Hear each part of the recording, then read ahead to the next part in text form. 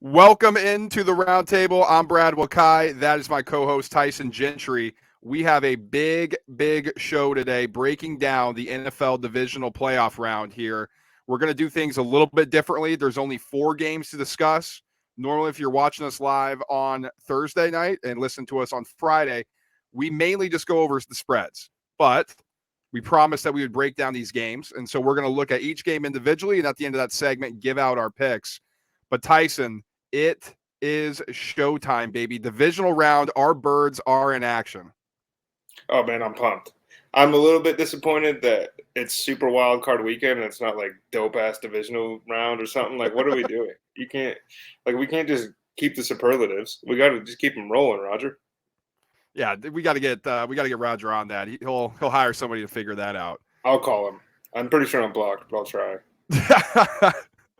So I didn't have a great wild card round. 1-4 in my pre-flop picks, and I did Bills second half -6.5. So I ended up going 1-5 for the weekend. So I'm looking for a bounce back here, Tyson. How'd you do? We did pretty well. Hit the Jaguars, hit the Giants. Those are both plus money plays. Bengals. I can't even remember what that one closed at. That was 9.5. like. Yeah, and so I missed that one. Obviously smashed the Cowboys Bucks because I was on here telling you the Dallas Cowboys beat shitty teams and the Bucks. Dude, I just maybe before we get into that real fast, just what the hell happened with Tom Brady? You see that he just teamed up with the Wynn Hotel in Vegas? No, I didn't. Apparently, he's doing some off-season thing where you can get a one-on-one workout with him or his trainer or something, and it just seems like that's the Patriot way, baby. That's going around the cap. It's definitely interesting. I'd be shocked if he goes back to New England. That would be something else. No, I mean that's just McDaniels bringing it over to Vegas, baby. Oh, I see what you're saying. Oh, okay, all right. Well, we'll have a ton to discuss. The Bucks, pretty much cleaned house except for Todd Bowles, but that's something we'll get into a little bit later in this offseason. We're ready for playoff football, man. I thought it was fine Super Wildcard weekend, nothing like last year. So hopefully this year delivers a bit for us. And the first one, Saturday night, 4:30 p.m. Eastern time, Jags go into Arrowhead. Chiefs obviously coming off of a bye. Chiefs 8.5-point favorites. The over/under sitting at 52.5. Obviously, what we know what the Jags did last week. They had the third biggest comeback in playoff history. Can they take that on the road down to Arrowhead against the Patrick Mahomes and the Chiefs team that looks to be the Super Bowl favorite, at least on paper? Well, if it were a movie, Jacksonville would win this game and then win the Super Bowl. But it's not a movie. And they're playing probably the best team in the NFL right now. And it's tough to say that because we haven't seen the Chiefs now in 2 weeks, and you could have recency bias in your head for some of these other guys. But the way Kansas City ended the year, I just have a really hard time seeing them lose it. And Jacksonville's awesome.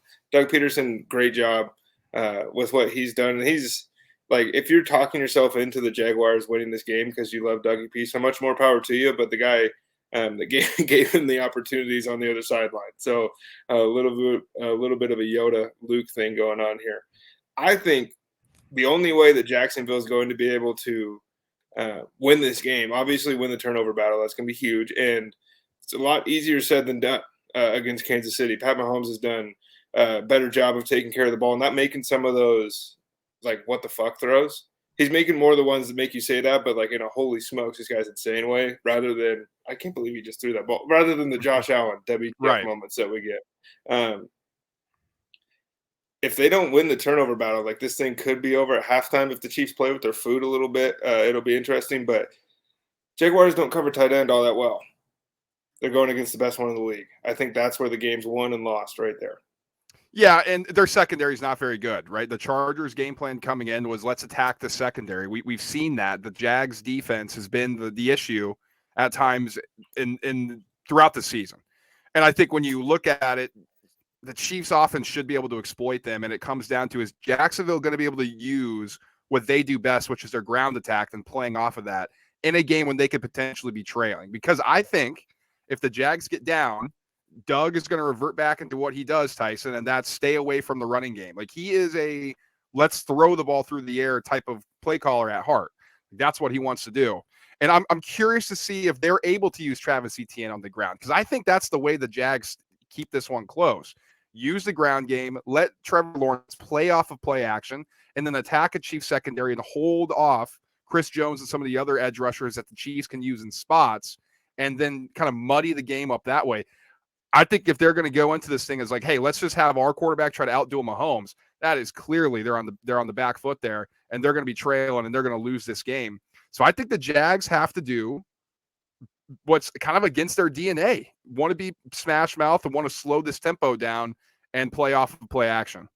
I also think we're going to see Jacksonville, like a lot of window dressing, a lot of eye candy. It's guys moving around in the backfield trying to exploit matchups, or like the same way the Zay Jones touchdown happened a week ago, where we get the safety to leak up and then all of a sudden we got a home run over the top. Those are kind of Doug Peterson staples, and I think that's the only way, because Trevor Lawrence has taken a huge leap, and this offense looks so much better. But that first half wasn't like, that wasn't so far out of the ordinary for this Jacksonville offense. Obviously, the turnovers, like, yeah, it's crazy to lose the turnover battle 5-0, especially to win the game. But it's crazy to lose it 5-0 anyways. It's just this team, whether it was week 4 against Philadelphia or some of the lulls they hit during the season, they're just giving away the football.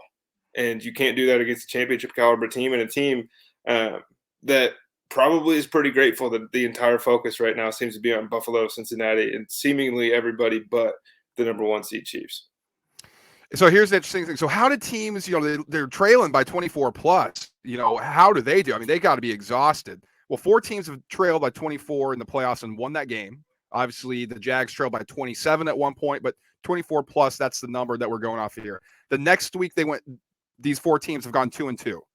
So nothing really to suggest there. Take into account the Patriots week 1 after they come back against the Falcons?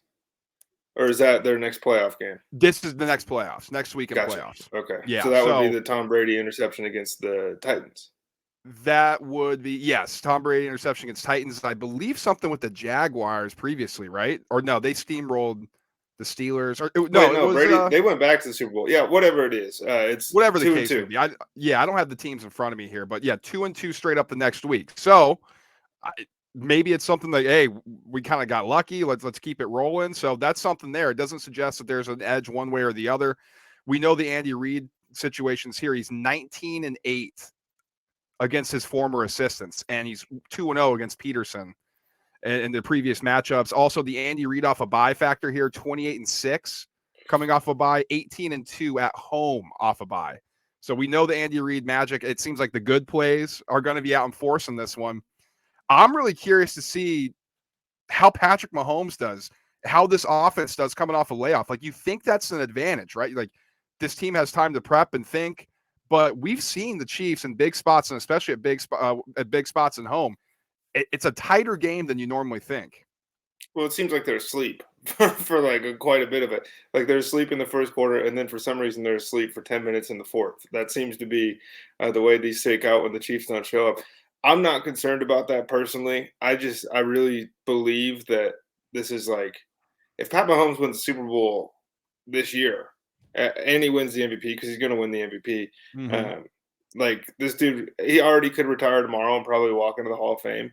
But his goal, and he said it out loud, like, he wants to catch Tom. There's no reason to want anything less if you're Patrick Mahomes. Certainly, the way that he slings the rock, I think talent for talent, if you lined up 200 quarterbacks in the history of the NFL, Pat Mahomes might be off the board 1 if we're just drafting talent. Like, that's how good this guy is. And of those 4 teams that have those 25-point comebacks, none of them had to play the number 1 seed Chiefs on the road the next week. Did Trevor Lawrence get a stinker out last week? I mean, the past 2 weeks have not been good. Like, he was not good against the Titans in that must-win game, week 17, and then started the half with 4 picks. Now he closed with 4 straight touchdowns, but there's some concerns there. Is maybe the moment a little too big for Trevor Lawrence, or did he kind of get that monkey off his back? That's to be seen. So here's on Saturdays, by the way. Undefeated, yeah, good point. What, high school, college, and now it's the like NFL 62-0 or something ridiculous like that. Okay, we're gonna get into our picks now. I'm just gonna give out some betting trends here, just some food for thought. Teams missing the playoffs. So the Jags missed the playoffs last year versus a playoff team from the previous season, or 25-15 against the spread in the divisional round the last 20 years. those road teams in that situation 26-12 against the spread. So positive trend signs for the Jaguars there, even after that comeback win. Lawrence 5-10 against the spread as a road dog, but they're also 8-5 against the spread as a dog this season. So, Lawrence kind of throw out the thing with Urban Meyer last year. We want to look at what's going on with Doug Peterson. Patrick Mahomes 7-4 against the spread in the playoffs, 6-3 against the spread at home. He 5-0 straight up and 4-1 against the spread in the divisional round and wild card. Reed 21-13 against the spread off a bye, 12-8 against the spread at home off a bye. Now, here's what's interesting to me. Mahomes 22-24-1 against the spread at home. He's much better on the road. And here's the big kicker. Mahomes as a 3.5-point favorite or higher is 30-36-1 against the spread. So he's not good as a big favorite, which I think is surprising to some people, but that's the situation. And then last nugget for you here, Tyson, I think you're going to like this. Sean Hockley is reffing this game. He's ref 3 playoff games, a combined 63 points per game by both teams. So suggesting maybe there could be some fireworks in the games that he officiates. But in all games that he's officiated, 43, 33, and 3 to the under. Trends for the road teams, 44, 33, and 2 against the spread, and dogs 43, 33, and 2 against the spread. If you like the under, if you like the dog in the situation, Sean Hockley is your man. A lot of information there, just like we said the previous time when we were previewing the wildcard games. Just some things to think about as we try to help you make your picks out here. Tyson, is there anything official that you're rolling with in this one? Well, I'm going to be boring to start it off, but okay. If we're building a 4-bagger, like a 4-leg parlay, which I think, like, if you're at 7, 8, you're kind of being a dope. Like, you don't have a ton of like hope there. I mean, you're holding the lottery ticket is what you're doing. But the divisional round in the NFL is really when we start getting into you can pick 4 winners and walk away okay. And so this is the game that I'm not going to touch the spread, but I do like the Chiefs. I think it's minus 490 right now, which obviously it isn't something that I love, but it's something that's going to go on a parlay ticket because I really don't see how they lose this football game. And no disrespect to Jacksonville. I think they're awesome. But if I was going to lean one way or the other on the spread, like you said it, man, the Chiefs don't really cover these numbers. And I'm staying away from the spread at this number as well. This game will be in my play of the week coming up later in a teaser leg. But I'm staying with this away from this as a standard bet right now. Let's move on. Giants and Eagles. Now, this is our game. This is 8:15 p.m. Eastern time on Saturday night. Divisional matchup. Third time these teams have faced. Eagles 7.5-point favorites at home. Over/under sitting at 48.5. We've heard it. It's hard to beat a team twice. Well, the Eagles did that. Now it's hard to beat a team 3 times. Giants playing great football. Eagles not. That's what the perception is, right? Giants are playing their best football. Eagles got hot. They cooled off. Lane Johnson, back. Josh Sweat, back. CJ Gardner-Johnson, back. And we know the Giants are healthy. They proved that last week against the Vikings. Let's start off there, Tyson. What do you expect to see in this game? I think one thing that is interesting, the way people are talking about this, is everybody's harping back to Week 18. It was like, oh, Philly barely beat the Giants starters. The Eagles were kind of playing with one hand tied behind their back as far as not trying to show too much. Jalen Hurts had 0 designed quarterback runs outside of 1 quarterback sneak. That will not be the case this weekend. There's just 0 way. He's going to leave everything out on the field, and Jalen Hurts is a winner. And that's what he does. He wins in big spots every time except for the playoffs against LSU in 2019. And I think that you could have got Tim Tebow to play for that Oklahoma team. They were getting housed too. If the Daniel Jones that played against the Vikings showed up, I'm very scared. As a Philadelphia Eagles fan, that's the exact kind of quarterback that gives the Eagles defense and Jonathan Gannon problems. I think it was the second quarter of the drive where Daniel Jones basically just took off and ran 5 plays in a row, got himself 70 yards on the ground that way. That's what's going to be happening in Philadelphia because if these linebackers turn their back, Daniel Jones is going to take off, and he's better with his legs even still now than people give him credit for. Because even now it's like, oh, it's funny. Daniel Jones runs for 75 yards. Ha. But like if Justin Fields did that, people are creaming their pants about the athleticism and the way that this guy can move. And if he throws the ball well, like the Giants have a very legitimate shot to win this football game. They're undefeated against one seeds in the last like 20 years or whatever it is. Granted, this happened twice or whatever it is, but this is what they do. Like they roll in the playoffs, so they roll in. Nobody thinks they can win, and they start kicking the shit out of people, being physical. I don't think that Richie James, the ghost of Kenny Galladay, Isaiah Hodgins, Daniel Bellinger, these are good football players, but I don't think it's going to be enough unless they force it to be a rock fight. And I think Brian Daboll is going to have his hands full, and his staff, Wink Martindale, and all of them, forcing this to be anything but at Philadelphia's pace. Because if the Giants are able to play at their speed and kind of dictate the way the game goes, then they're very dangerous. They beat anybody in the NFL. The problem is that's happened twice against Philadelphia this season, and one of them was with Gardner Minshew under center. I think the way that they lost against the Cowboys, I think if you asked them how they wanted to play, they wouldn't be pumped with the defensive performance. But as far as offense goes, that's the way they would want to play. So you're really looking at the Washington Commanders' first loss and the Saints' loss. One of those was Gardner Minshew. I don't know if you want to throw that out the window. Personally, to me, that looked like a different football team. And how they lose the Commanders game. Untimely turnovers, bad play calling, and everything just kind of catching up to them at once. That's really the only thing that we have on paper on how to beat this Philadelphia Eagles team. Can the Giants do it? Maybe. Lane Johnson's back. Eagles are a way better team with him. The Giants are going to have to pressure Jalen Hurts because if he's comfortable in that pocket throwing, they will shred this defense up. Like they will be shredded up. Like then Wink Martindale's going to have to. They scored 40 extra on them like blitzers. 7 weeks ago, and everyone's acting like that never happened. I know, because we saw Week 17, the game they had to play with, they were comfortably ahead the entire game, and we're like, "Whoa, Giants could have won." It's like not really. They were never threatening to win that game. But sure. By the way, Davis Webb was balling. He was, and I think that's what's concerning for me. The third downs. This defense early in the season was a killer on third down. They would get you off the field fast. Pass rush was lethal, and they had the cornerbacks to either knock the ball away or pick it off and get the ball back in the offense's hands. That has not happened recently. And I think it's a shift in what Jonathan Gannon's been doing. They're playing way softer. The zone schemes are allowing receivers just to run all over him. And Daniel Jones can pick apart a zone defense. That's what concerns me. I think if you go with pressure high, have your edge rushers be able to get after Daniel Jones, make him uncomfortable, and then stick to the receivers, I think it's going to be a long day for Daniel Jones. But if you allow him to settle in, allow him to just read his own defense, he may be able to pick you apart because he's done it in the past, and then he's going to get confidence. And then that offense can get rolling because now you have to bring extra guys. Now you have to worry about the screen with Saquon Barkley, and he can pop one off.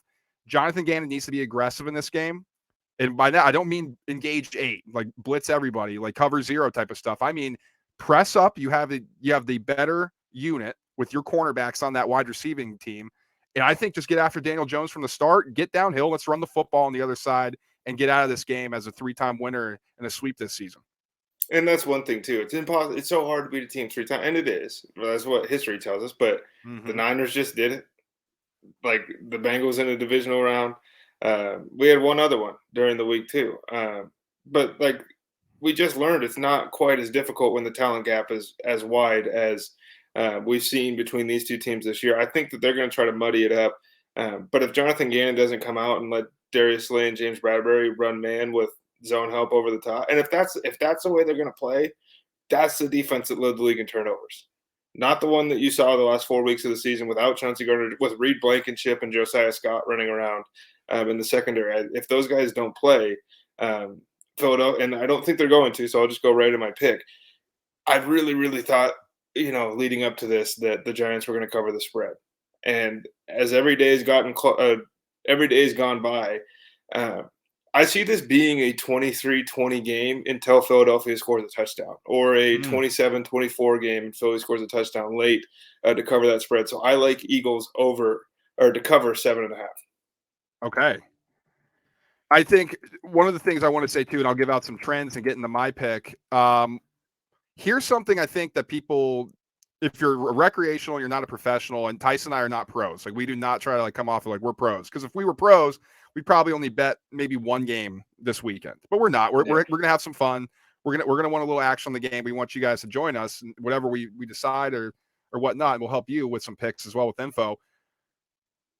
The pros kind of read this board here. Why the Eagles sitting at 7.5? Like, this is a very public dog that the Giants are, and this is still above that hook. Like, this theoretically, if everybody's betting the Giants, this thing should have moved down to 7. It's because the books are scared that the pros are going to hammer them with the Eagles on the other side. If this gets down to 7, pros are going to crush them. And so it's kind of those things in between the lines there. Like the Giants are going to be a popular pick this week no matter what. Like, they would have had Giants money at 6.5. They would have had Giants money at 6. Like, they would have had Giants money at 5 because the things we said, divisional opponent, it's hard to beat them 3 times. Giants are We playing haven't good. seen the Eagles play healthy in 4 weeks. But the books open this at 7.5, and they're not moving it down to 7 with all the people betting the Giants right now. That tells me something. And that tells me there's big liability on the Eagles, and the books are scared the pros are going to crush them if they move this to 7. So that's something to keep in mind too. Just some things I want to share because people may be like, well, what is it really like when teams face each other 3 times and the third time being in the playoffs? So the teams who swept, so the Eagles have beaten the Giants twice in the regular season. Those teams who swept are 21-14 in the playoffs, 19-8 when playing at home. So very good trends. If you beat them twice, clearly you're better. You can probably beat them a third time, the majority of the time here. Since 1990 in the playoffs, they're 13-7 straight up. So still kind of goes along those trends lines. Now, here's what's interesting. In the divisional round, the round we're in right now, it's 6-5. So obviously teams get a little bit better. And if you're here, you're more evenly matched. So that's something to kind of go for there. Interesting between the Eagles and Giants history. The Giants beat the Eagles in the playoffs in 2001. Since that game, the Giants against the Eagles are 13-33 straight up, 20-26 against the spread. The Giants are also 0-2 straight up and against the spread in the playoffs against the Eagles since that game as well. Giants are 23-50 straight up on the road. That includes a 1-17 straight up mark against the Eagles and Cowboys since 2014. Eagles have just owned the Giants in the series since then. Favorites are 10-5 straight up, 8-7 against the spread between divisional opponents in this round. Faves of 7+ since 2000, 1-2 straight up, 0-3 against the spread. So it doesn't happen very often. And kind of last thing here, the 1 seeds in the divisional round as a whole, 13-25-1 against the spread the last 20. Faves by 10 or less, 8-2, 8-22-1 against the spread. Last thing, before I get into my pick, Clete Blakeman, the ref, he's reffed 11 previous games in the playoffs. Dogs are 9-2 against the spread. Road teams are 8-2 against the spread. So heavy trend signs there for the Giants. But here's the kicker for me, and this is hilarious. When Blakeman refs an Eagles game, the Eagles are 11-4 straight up, 9-6 against the spread, including 5-1 straight up against the spread at home. And the nail in the coffin, they are 3-0 straight up and against the spread against the Giants. So Clete Blakeman, baby. The Giants killer is Boston Scott, but it's Clete Blakeman, baby. Eagles are going to be in my play of the week in the teaser, but I'm going to lay it -7.5 here too. I'm going to be with you, Tyson. Of course, this is our team, so there may be a little shade here or like a little homerism, but I got to rock with them here, man. I think we're getting a buy low spot in the Eagles against a Giants team coming in hot. Books are scared to move that number. I'm going to take the Eagles -7.5. And I will say, last time these two teams played, I gave out Boston Scott. Anytime touchdown, that hit immediately. Yep. This time, I think that if Philadelphia opens this thing up, then you live bet it. But I wouldn't go into this game hoping for another Boston Scott touchdown. I think it's starting to piss Wink Martindale off. All right, moving on. The Sunday games: Bengals, Bills in Buffalo at 3:00 Eastern time Sunday. Bills 5.5-point favorites, over under 49.5. What's interesting, Bills opened about 3.5 or 4, been bet up to 5.5. This is on FanDuel. Apparently, some books in Vegas and other places are Bills -6. So talk about movement. This is a super, super interesting game here. Bengals banged up on the offensive line. Bills did not look good. Neither of these teams look good in their wild card game. Tyson, take it away. What do you expect? I think that we're going to be treated to one of the most painful broadcasts that you'll ever sit through. That's what I think. Because I'm setting the over under at 11.5 DeMar Hamlin mentions. I think we're going to get that quite a bit. And then we're about 90.5 on Joe Burrow, Josh Allen being two of the top 3 quarterbacks in the NFL. Like, it's going to get tough.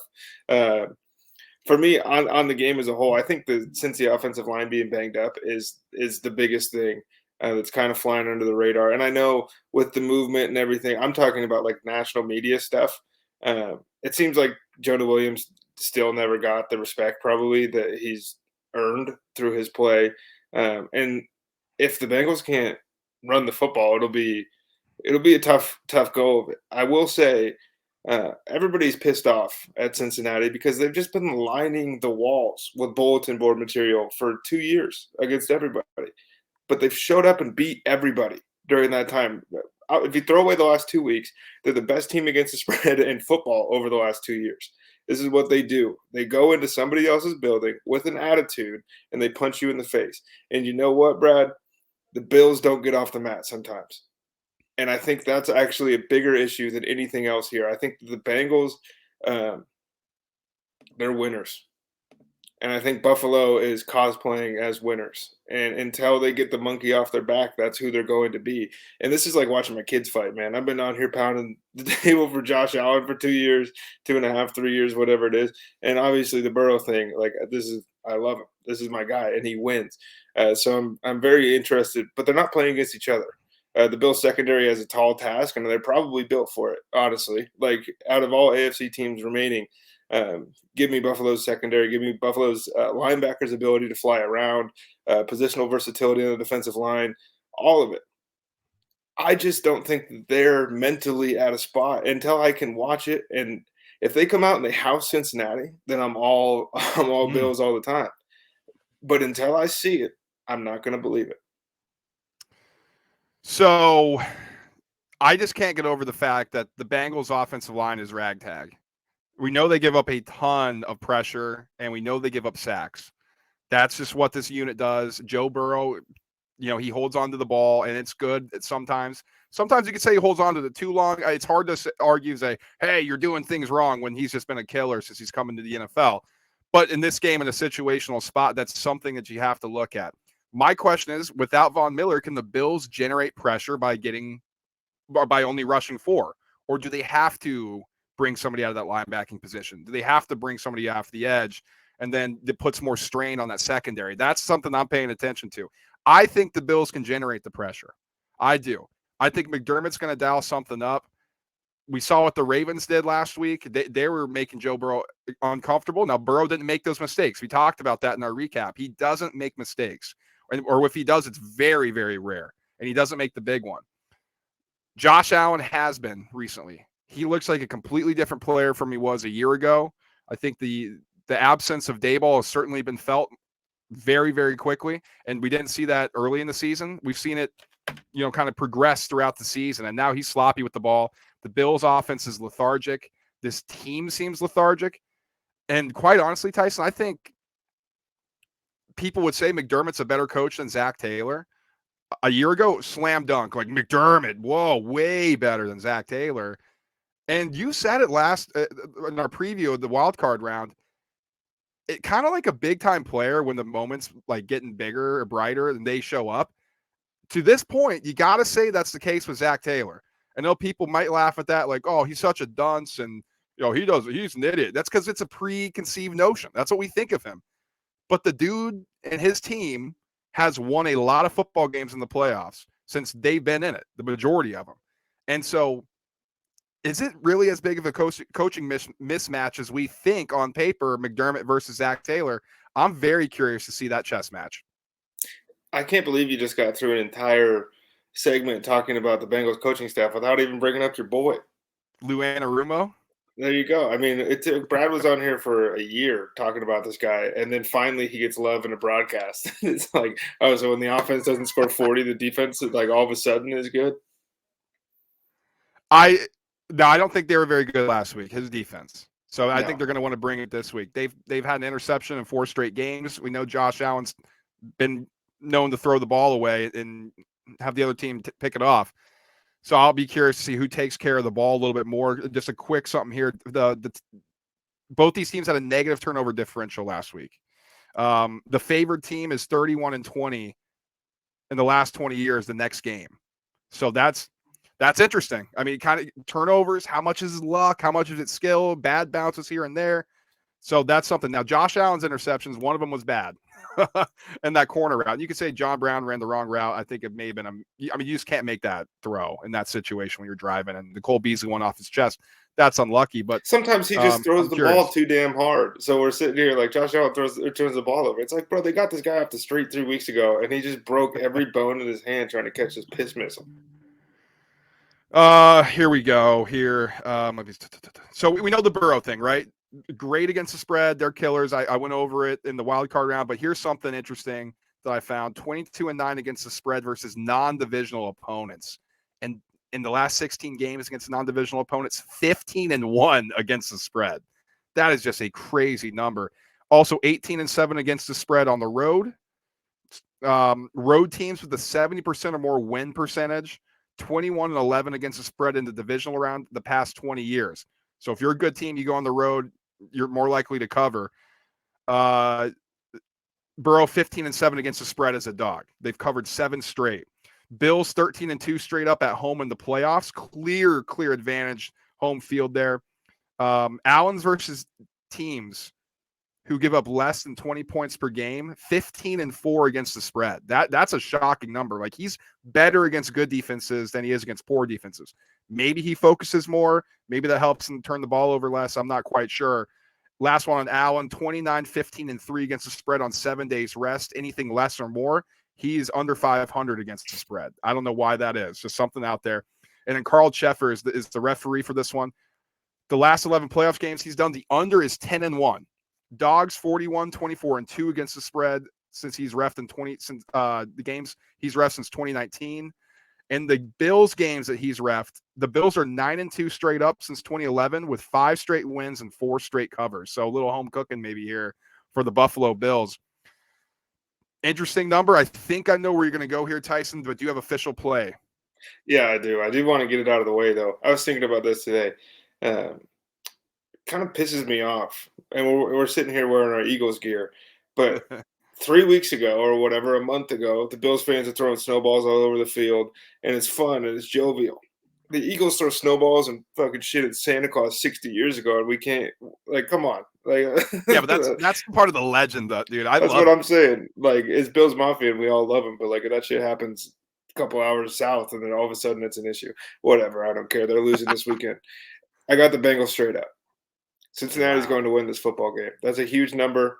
And if you're smarter than me and you like the Bengals, then you just take the spread. But I'm going out with my guy, and I'm going out with my guys. I just think Cincinnati's a bunch of fucking winners.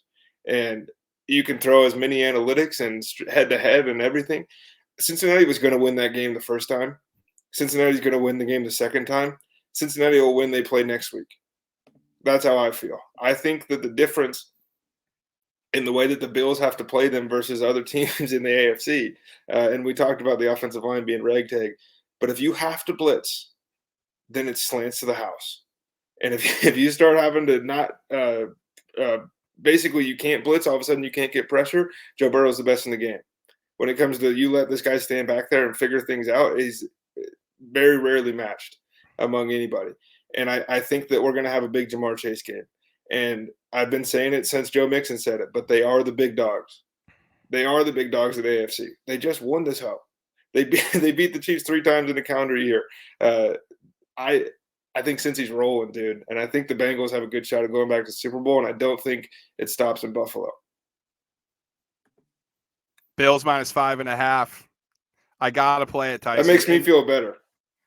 Well, Mono been kicking my ass in the NFL, and people who've been following this definitely know. I kind of had the advantage in college football. The NFL, he's kicking my ass in the head-to-head, so I'm hoping the new calendar maybe can go my way here. But here's my thing. The Bengals is super, super public dog, and the public hates taking dogs, and it's not just a straight-up fade of the public here because let's face it, man. They raked it in with the Niners last week.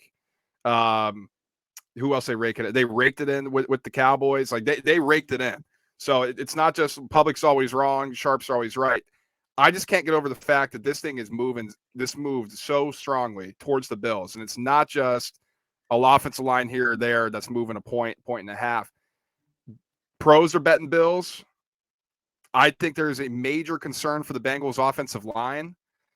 And I think Buffalo back at home again. They have a routine. I think they're going to win. I think they're going to put it together. And we've been saying that for a while. And maybe I'm getting duped into it again. But I got to go out on my sword, too. If you're going out on yours with the Bengals side, I'm going to go out my Buffalo sword here. I think they finally put it together and show, damn, this is the team that we thought they were all season. They were just waiting until the playoffs and we start maybe talking about some crazy stuff in the AFC Championship game. And there's like an 80% chance this game sucks, by the way. Anytime that we talk Could go ourselves way into under. game of the week, then like you're watching 10-3. Okay, last game, Cowboys-Niners, 6:30 p.m. Eastern on Sunday. Boy, oh boy. Cowboys get their first playoff win in a few years. Dak Prescott gets his first. Mike McCarthy, people thought if he would have lost last game, he's fired, and Sean Payton's coming in. Cowboys got to go back on the road to the West Coast. Niners rolled in the second half. Brock Purdy showed a little bit of nerves, for lack of a better term, in the first half in the wild card game, but then was nails in the second half. Tyson, take this one away. Where do you want to start? This is the first time that I think that we're going to really get to see who Brock Purdy is. And not to say he hasn't been awesome. He's been unreal. Like, it's insane what he's done. And we all know the story, Mr. Irrelevant. And it's almost getting like a little bit swept under the rug because now everyone's talking about how good the Niners roster is around him, which it is. But it's the same roster Jimmy was playing with. They're better. They're playing better. Dallas is going to get after his ass over and over and over and over again and try to force him to make a mistake. That's where this thing is going to be won and lost. I think that he's going to make one. I don't think Dallas is good enough to make it matter. I think that I didn't learn a thing from a week ago watching Dallas play Tampa Bay because that was – I didn't learn a damn thing. I knew this about Dallas, and I knew that about Tampa Bay. The Bucs suck. Point blank, period. The entire coaching staff's on the street. They're going to Thailand with Cliff. Like, we know this. This isn't like – fresh information. Dallas beats the crap out of bad teams. And when they're rolling, when Dak looks like that, Dallas can beat anybody. And that's the thing, is if he looks like that, he's not going to look like that against San Francisco's defense. He's just not. These guys are physical, fast, and to be honest, they hit. And they hit a lot, and they hit hard. And I just don't think Dallas has enough. But this will be the first time that we get to see Brock Purdy tested in a way that he hasn't really been, because it's fun to kind of crap on, like, whenever a team has a good record, it's like, well, they're not playing anybody. Come on, like, they're beating all these bad teams. Go look at who the Niners have beat in their 10 or 11 in a row. It's a bunch of nobodies. They haven't played anybody. And so now they're really getting into the nitty-gritty of this thing. And we're going to see some of those cracks exposed. But Dallas isn't the team to take this Niners outfit out of the playoffs. Now, here's what I think Dallas has an advantage. The 49ers secondary is not good. Like, that's their weakness. Like, they do have one weakness. You know, it's like the big giant or whatever, and there's like that one spot you have to hit him to, like, kill him. That's their one thing. That's secondary. But here's what you have to go through to get that secondary. Nick Bosa trying to tear your head off. Fred Warner. Just like dudes everywhere on that defense coming after you. Can Dallas's O-line, who once again got a little banged up, they had to reshuffle a bit, can they hold up? Can they give Dak Prescott time to throw? Because Dak hates getting taken out of his spot, man. Like, if he's off his spot, he's not a good quarterback. Like, if he has to adjust, if he has to throw on the move all game, he's not good. Like, he has to be stationary, and he has to be able to throw from the pocket. If the 49ers can make him uncomfortable, they will easily win this game. If they can't get after him, and if Dallas protects him, the Cowboys will be able to throw on the secondary because everybody's thrown in the secondary who's able to have time and throw. But that's the caveat here, right? Like, that's the question mark, the battle of the trenches on that side of the football. And then it's kind of similar for me on the other side too. Dan Quinn's a badass. Can somebody hire him, please, and get him out of our division? He's got to get first a job. And foremost. I mean, my God, he has to. He has to. But like you said, can Dallas make Purdy uncomfortable? Seattle did a good job of that in the first half, just enough where there was a little bit of doubt in his mind and he was missing throws and they were able to hang around. Can Dallas do that? Or is it going to be the same old Niners where Kyle's scheming it up and they're able to attack the weak parts of the Dallas's defense? They're going to turn Trayvon Diggs and do like a inside out man, or they just attack him all game and he's getting burnt on routes. I'm not sure. I think this is a big time game though. It seems like you're poo-pooing Dallas a little bit. I can see Dallas hanging in this game for a while. No, absolutely. I think they're really, really good. It's the same thing. Like, I'm not gonna get overly excited. I was on here a week ago. Like, this isn't gonna be close. They're gonna dominate this team. This is what they do. Dallas is the biggest kid in your middle school who never actually has been in a fight, and whenever they get in them, it doesn't go well. And I do want to run through the 49ers schedule real fast just for people. In this win streak here, beat the Chargers by 6. That was when LA was all banged up. Beat the 49ers with Colt McCoy. Beat the Saints. Beat the Dolphins without Tua. Beat the Bucks. Beat the Seahawks. Beat the Commanders. Beat Vegas by 3. Beat the Cardinals again, and then beat the Seahawks in the playoffs. None of those teams even touched Dallas. No. As far as, especially when it comes to getting after the passer, that's the thing, and that's why I think people being like super overzealous, like, oh, this is a smash for San Francisco, aren't doing their homework, because now you're just watching Instagram reels and you're like, you see this play this guy made, not really realizing that everybody in Arizona has been checked out for 8 weeks. Yeah, absolutely. So here's some trends here. Just some little more information. Now, Prescott 1-4 against the spread in the playoffs. Mike McCarthy 12-7-1 against the spread in the playoffs. Teams with the rest disadvantage in the playoffs. So remember, 49ers played early, Cowboys played Monday. Those teams with the disadvantage are 1-2 straight up and against the spread in the last 20 years. Hasn't happened very often. Eastern time zone or Central time zone teams going into the Pacific time zone are 6-6 straight up. 8-13-1 against the spread in the last 20 years in the playoffs.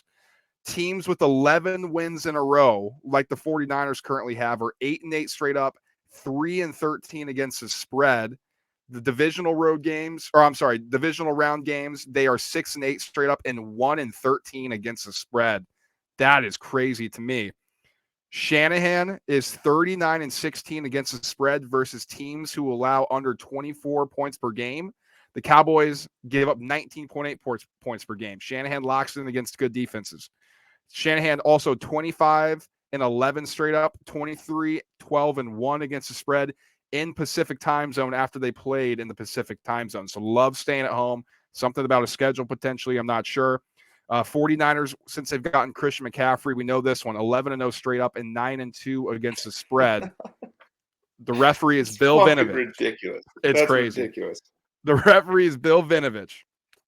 In the games he's refereed this season, Dogs are 11-5 against the spread. Since 2018, Dogs are 50-32-1 against the spread. That's a big, big sample size there. Road teams in the last decade under Vinovich are 83-64-3 against the spread. The unders in the last decade for him are 89-62-1 when he is refereeing a game. And then last one, the Niners, when Bill Vinovich is refereeing, are 1-5 straight up, and they've lost the last 3 games that he's been the official. So some nuggets there. Tyson, do you have an official play? It really feels like a Shanahan game to me. It really feels like this is the one that he loses when everybody in the entire world is like, there's no way that they lose. This just feels like Kyle Shanahan is going to find a way to mess this up. And I love Kyle Shanahan, but just let the resume speak for itself when it comes to these these kind of games. When they're underdogs, they crush. When they're favored, it gets a little hairy when you get deep into the playoffs. And I'm not necessarily talking about the divisional round, but keep it moving. He's playing against Mike McCarthy. And so, like, that is kind of my bugaboo here. I think that the 49ers win this game money line. Okay. That spread is a little interesting because it also, to me, feels like this might be where Dallas gets their heart broken. If Brett Maher missed 4 extra points last week, and then you bring in a kicker in the offseason or in the week here leading up to the game, this dude's not making a field goal with the game on the line. I just struggle to see it. So I got the Niners money line, but I will say Brandon Ayuk is going to score a touchdown, plus 220. Ooh. I think that they're going to find a way inside the 20 at some point to get this dude the ball in the end zone, especially Trayvon Diggs doesn't really follow. Like, he's not going to be on just Debo or just Brandon Ayuk, but there will be opportunities. And Brandon Ayuk is certainly coming into his own. I think the market's a little bit slow to catch up to this one, especially when you look at other touchdown scorer props.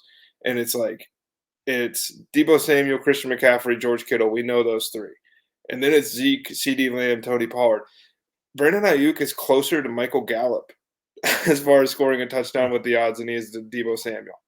I like Ayuk to get in the end zone. I love that. My official play under 46.5. I like the trend lines here with Vinovich.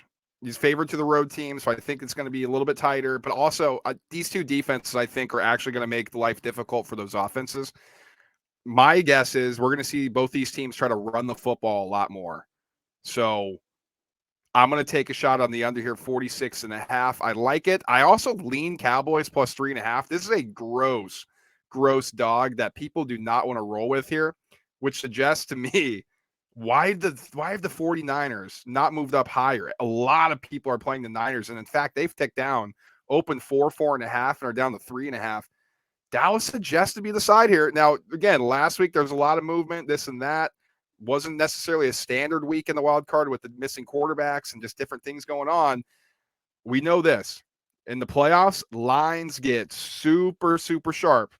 That's what we know. Like bookmakers, they open something. Hey, pros are hitting this. We're sticking here until something drastic changes. So they're pretty much telling you these are going to be the lines by kick. Like, I don't expect the Eagles to get that to 7. I don't expect the Niners to get much higher than this. And I don't think there's going to be much change in the Chiefs or Bills game. Maybe Bills go up to 6 just because there have been so many pros on the Bills. But other than that, this looks like this is going to be your lines here, at least according to FanDuel. We did it, man. Okay, so you were mentioning you have your money line parlay. Do you want to give that out here, Tyson? So Yeah, Chiefs are in there for sure. Niners, I assume, as well. Clear this stuff out of the queue here, so I can. And I'll give out my play of the week. Then I was teasing this, so I'm back to the 6-point teaser here. I want to tease the Chiefs down to 2.5 and Eagles down to 1.5. I just these teams can win this game. Expect them to move on. That's minus 134. So you're not getting the plus odds potentially there, but it's a standard little bit off juice there. Minus 134. I like that play a lot. Chiefs under a field goal. Eagles down to 1.5. That is my play of the week. And Brad's play of the weeks they've been traditionally pretty good to us over here. So if you're going to follow one thing from the show, you might want to make it that. The money line parlay comes out to, and I have Bengals, Chiefs, Eagles, Niners. That comes out to plus 582. Okay. If you're only going money line, if you want to throw in a spread, if you think Philly covers 7.5, or you think the Giants cover 7.5, that's one I could see. Or maybe you think that I'm wrong and the Bills are going to win or the Cowboys are going to win. But to me, when you get down to the divisional round, that's the time that it pays the most. If you're going to make a parlay, to make it 4 games. Quit sending us bet slips of the middle of it's like week 8 in the NFL, and you have a 14-leg parlay. Like, we hope you win, we really do. But this is the time that I think it just makes sense, because we're not going to get one, Brad, for 10 months. Until we can do it on a 4-legger. So this is the last one of the year. Yeah, and I think it's fine if you want to do like a little lotto, like, $2, and maybe you can do something and you kind of throw it together, right? But that's what the books want you to do. Like, they want you to place these crazy parlays because they're like penny slots. They don't hit very often.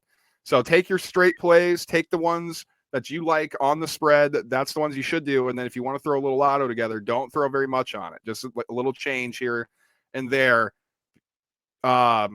Because those aren't going to hit very often. You need to have other action if you want to actually have a bankroll and fund your account. But we play them too, so I can't be on here. Oh, for sure. For sure. Because we'll be texting each other like, damn, who's the first touchdown scorer in this game? And then it just spirals. So we get it. Yeah. Oh, absolutely. Tell them where to find the rest of our picks too, Tyson, because I think I may give out some prop picks for the weekend too. Yeah, I think we'll be playing the prop markets over in the Chalkboard app. You can find it in the App Store or in Google Play. Group name is the Roundtable. It's Brad and I posting our picks on NFL, NBA. When college football was rolling, we were in there. College basketball. A lot of you guys are probably about to start really checking in because we're only a month away from the most magical time in sports. So we'll be in there. We got UFC cards ramping up. We got a big one on Saturday night. Those picks will be in there as well. And it's just fun. Like we rolled off, was it 11 in a row player prop picks on primetime football games earlier this year. So if you were in there for that, we turned $12 into $6.50 or whatever it was. And that's just like, those are the fun ones. And if you think that we're idiots and you want to fade everything that we say, we welcome that too. And those picks are also in the chalkboard. Yeah, absolutely. It's a little community. Come have some fun. Let's hang out. We appreciate you guys hanging out with us on this preview show. We hope we gave you guys a ton of information to help you make picks as well. Like, subscribe, and share with your friends. Share with your enemies. We don't care. And if you want to stay connected with us, make sure to check us out on our social media pages. Our Instagram handle is @_the roundtable pod_. Our TikTok handle is the same. And you can tweet at us @TRT_pod. We will be back with our reaction to Divisional Round next week. Join us live on Twitch or Twitter, or you can check us out where you find all your podcasts and on our YouTube page. We will talk to you guys then. Peace.